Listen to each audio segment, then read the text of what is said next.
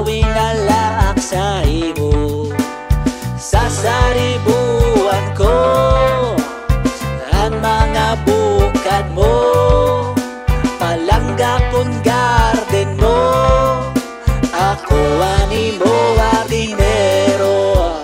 Sorry na, sorry na, sorry na, sorry na, sorry na, sorry na. Ayaw dagat pabiso.